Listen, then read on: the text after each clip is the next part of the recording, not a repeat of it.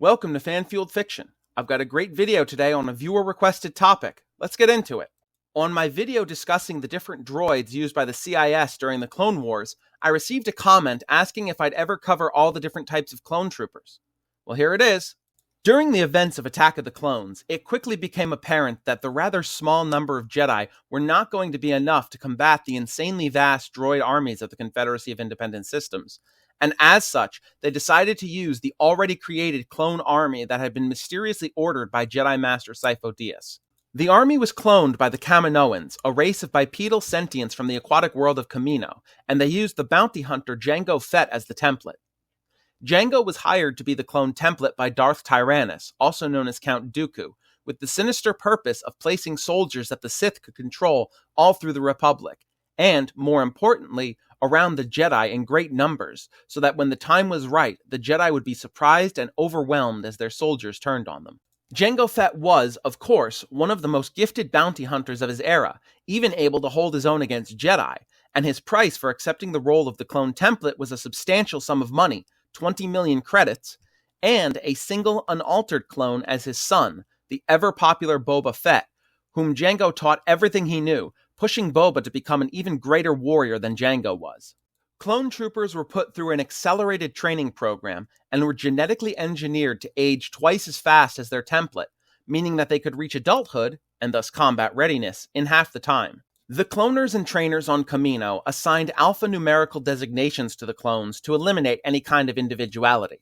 The general designation scheme was CT, standing for Clone Trooper, followed by a short string of numbers, though, of course, there were variations, such as the highly specialized commandos receiving the RC designation for Republic Commando. While the Kaminoans tried to stamp out any individuality, it was rather unsuccessful, as many clones gave each other nicknames and added unique modifications to their armor, from special paint patterns to color changes to physical alterations. CT-7567 was the primary example, as he took on the name Rex and heavily modified his armor, going so far as to paint his helmet to resemble his general and close friend Ahsoka Tano. The clones were subjected to endless physical and mental training. Even during their limited recreation time, their entertainment while on Kamino was usually sports and games that emulated actual combat scenarios. Any rebellion in a trooper was quickly squashed by forced isolation in what amounted to solitary confinement, and the trainers often implied disposal if the clones failed in their training. The clones' education was rapid and was a mix of study in things like battlefield tactics that would help them in the field, as well as combat drills in specially designed rooms that could be quickly and easily customized to very precise specifications so that almost any enemy and battlefield condition could be trained for. Each clone, with very few exceptions, was implanted with a special bioorganic chip that would make them unquestioningly comply with Clone Contingency Order 66, which was ostensibly put in place to protect against the Jedi turning against the Republic, but was really established so Darth Sidious could wipe out the Jedi when the time came. This chip is why we see the clones turn on the Jedi with no hesitation or remorse once Order 66 was issued. This would be expected for clones under the command of a rather uncaring Jedi, such as Ki-Adi-Mundi, but still happened with clones who adored their Jedi generals, such as the deaths of Aayla Secura on Felucia and Plo Koon on Keto Nemoidia. The young clones held rank within the Grand Army of the Republic and were given the rank of Clone Cadet. They were organized into multiple squads so that they could learn cooperation and teamwork, which was essential on the battlefield. There were several types of teachers that the cadets learned from. Sergeants monitored the younger clones, and bounty hunters, including Jango Fett himself, were hired to supervise older clones' training, and eventually, Jedi Master Shaak Ti personally oversaw the training of later generations of the clones. Clones that failed their training were often assigned to non-combat tasks such as medical training or maintenance duty. Clones fresh off their training and seeing their first action were called shinies by their more experienced brothers, in reference to how new and clean their armor was. My designation is Trooper 27-5555, sir. We call him Fives. I'm Heavy. This is Echo. Where's your sergeant? Dead, sir. We're all that's left. Looks like we got ourselves a batch of shinies, Commander. Shinies, sir? That's right. Your armor. It's shiny and new. Just like you. The clones were generally equipped with high-quality armor. Early in the war, Phase 1 armor was used, but later, the superior Phase 2 armor was introduced, which was more expensive but much better, as it was more durable, more easily customized, and was lighter and better fitting. The Kaminoans only had limited knowledge of human physiology when creating the Phase 1 armor, so when they later created the Phase 2 armor, it was a vast improvement.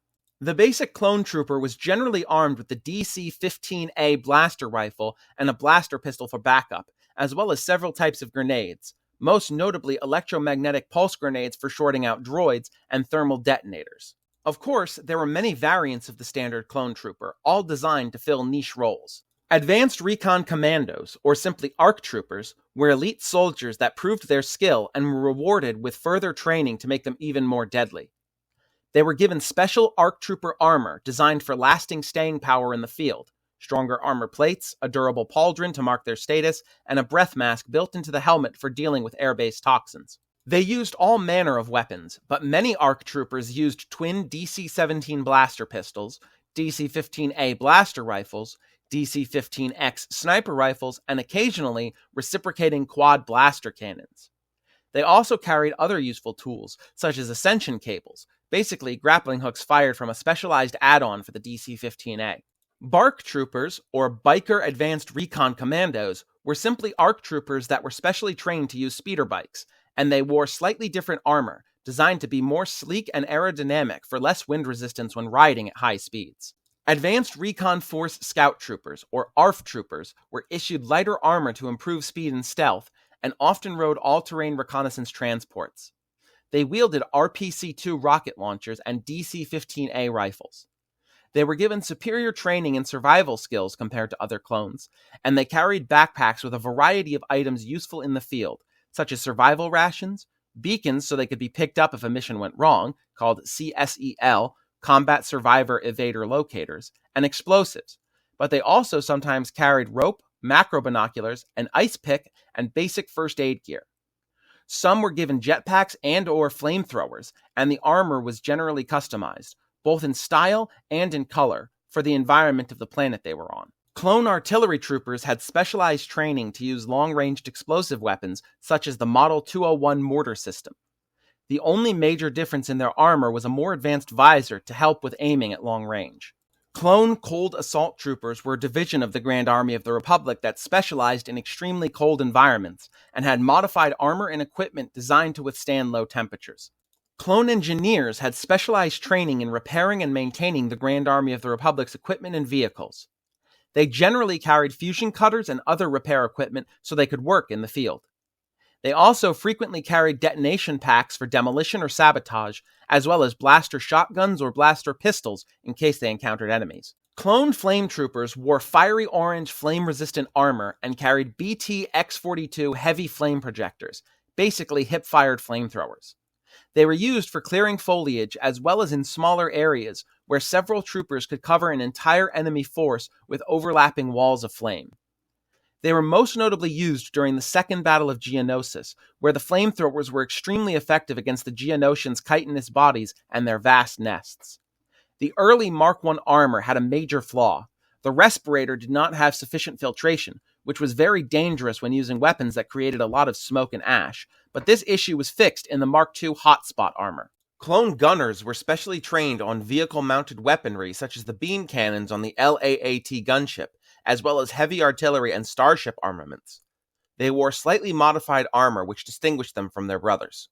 Jetpack troopers or aerial troopers were clones trained for aerial combat, facilitated through the JT-12 jetpack. They generally carried either a DC-15A blaster rifle or carbine, a DC-17 blaster pistol, or a missile launcher, usually an RPS-6 rocket launcher made by Marisone Munitions and Sinar Fleet Systems, the company behind the iconic TIE Fighter, and which could fire homing missiles, incendiary rockets, or smart rockets, specialized homing rockets that were able to track targets better than standard homing missiles. They were the forerunners to the Empire's jump troopers. Clone medics were clones whose training focused primarily on saving lives rather than taking them.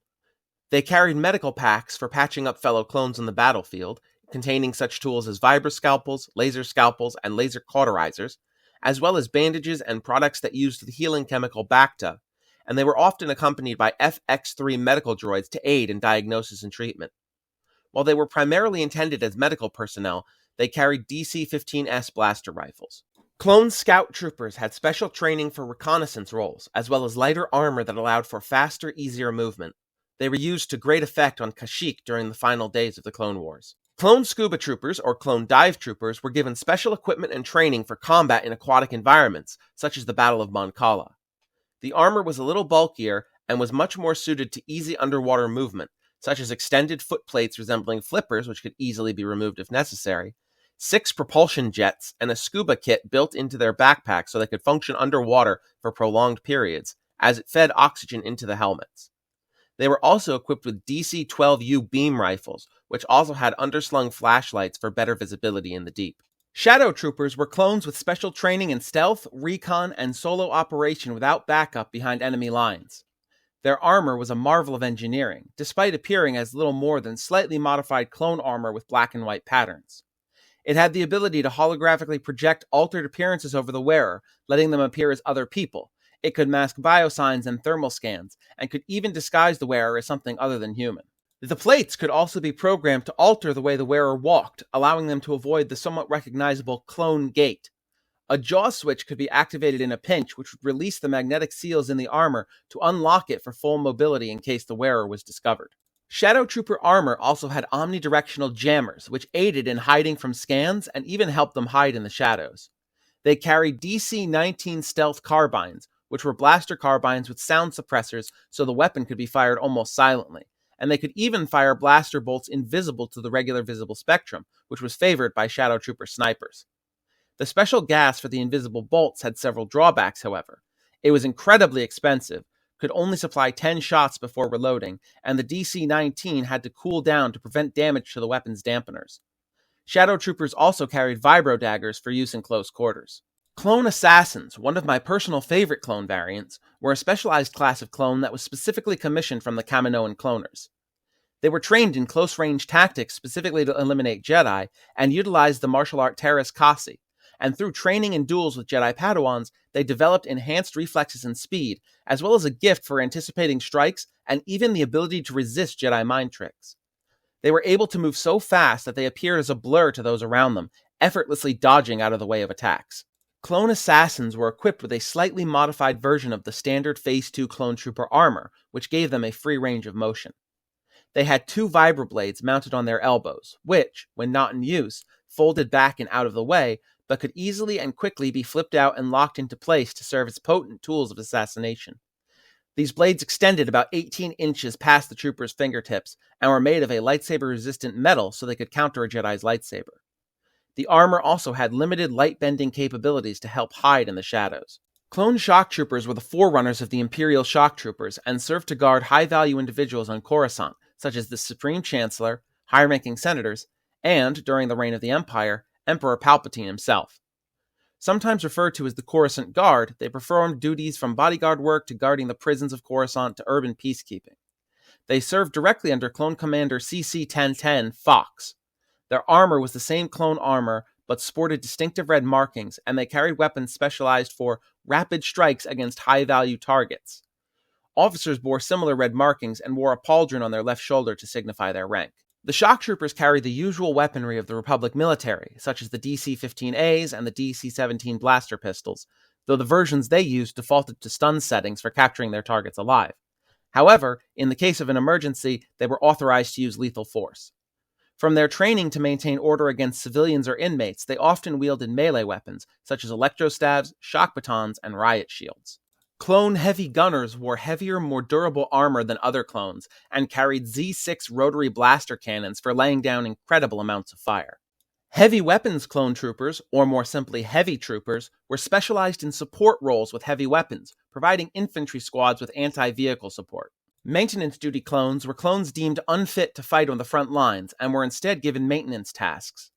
The most notable of these was Clone 99, who suffered genetic and physical deformations due to an error when he was cloned, though despite his physical limitations, he was every bit as loyal and dutiful as any of his brothers, and during an attack on the clone homeworld of Kamino, he heroically gave his life by doing what he could to help, carrying weapons and ammo to the clones fighting. Make it count. I'll get more. 99, you can't! I'm a soldier, like you! This is what I was bred for. 99, go!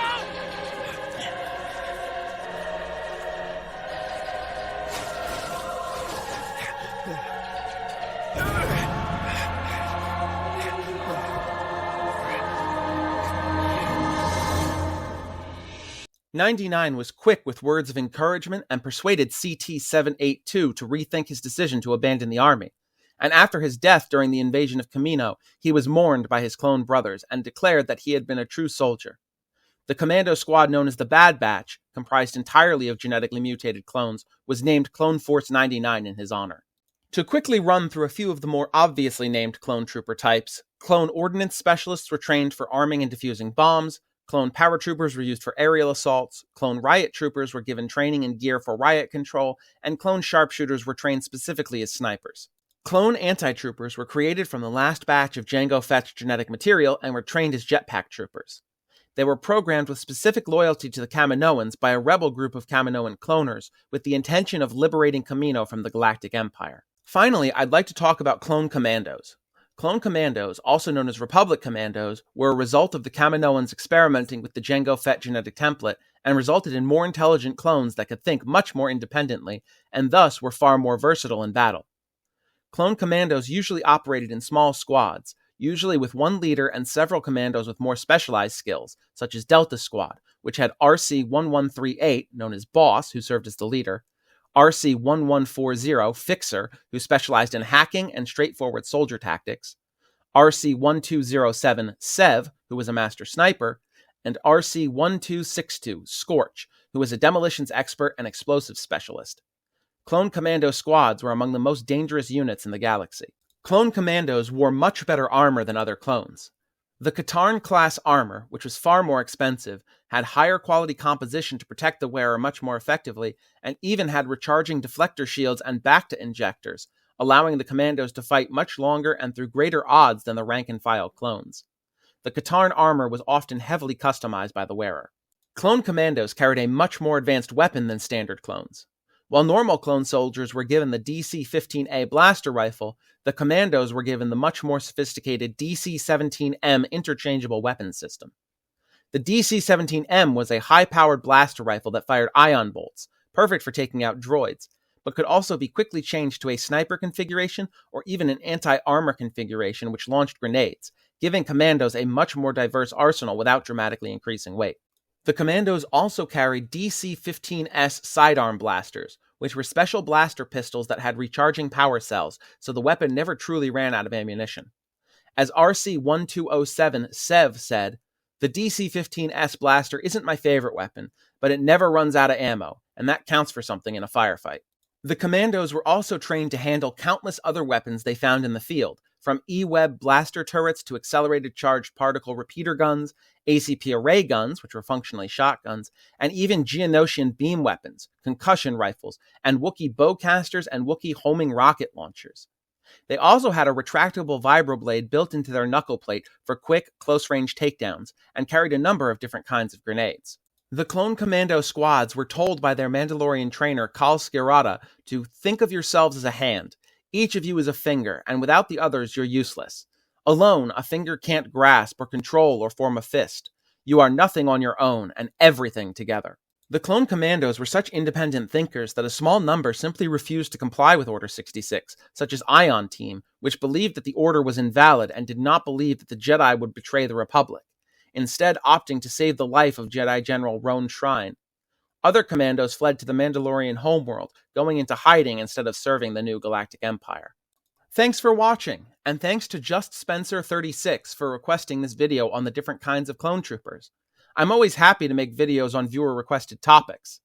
If you enjoyed this, don't worry, there's more on the way, and please consider leaving a like and subscribing. It takes 2 seconds for you and really helps the channel out.